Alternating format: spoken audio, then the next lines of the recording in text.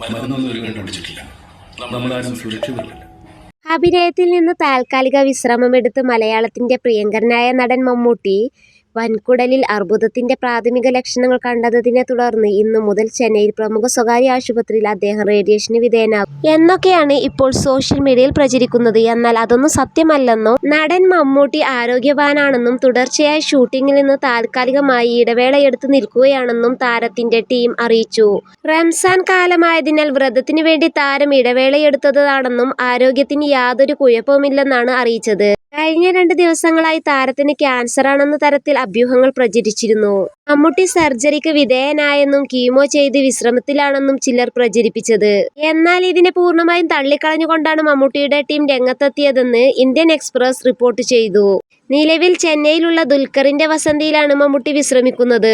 മഹേഷ് നാരായണൻ മമ്മൂട്ടി മോഹൻലാൽ ചിത്രത്തിന്റെ ഡൽഹി ഷെഡ്യൂൾ ശേഷമാണ് താരം റെസ്റ്റ് എടുക്കുന്നത്.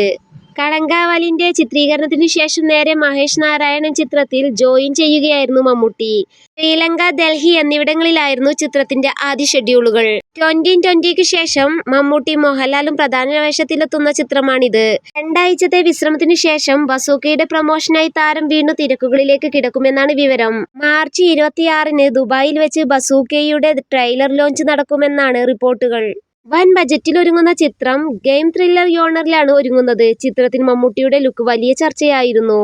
നവഗാതനായ ഡീനോ ഡെന്നീസാണ് ബസൂക്കയുടെ സംവിധായകൻ. തമിഴ് സംവിധായകനായ ഗൗതം വാസുദേവ് മേനോനും ചിത്രത്തിൽ പ്രധാന കഥാപാത്രങ്ങൾ അവതരിപ്പിക്കുന്നുണ്ട്. ഭാമ അരുൺ, ഹക്കീം ഷാ, സിദ്ധാർത്ഥ് ഭരതൻ തുടങ്ങിയ വൻ താരനിര ചിത്രത്തിൽ അണിനിരക്കുന്നുണ്ട്. നേരത്തെ ഫെബ്രുവരി 14-ന് റിലീസ് ചെയ്യുമെന്ന് പറഞ്ഞ ചിത്രം പിന്നീട് മാറ്റിവെക്കുകയായിരുന്നു. ഏപ്രിൽ 10 വിഷുവിന് റിലീസായാണ് ചിത്രം തിയേറ്ററുകളിലെത്തുന്നത്. കേരളത്തിലെ 300ഓളം തിയേറ്ററുകളിൽ ചിത്രം പ്രദർശനത്തിലെത്തുമെന്ന് കരുതുന്നു. Thank you for watching. അടുത്തൊരു വീഡിയോയുമായി വീണ്ടും കാണാം ഇൻഷാ അല്ലാഹ്.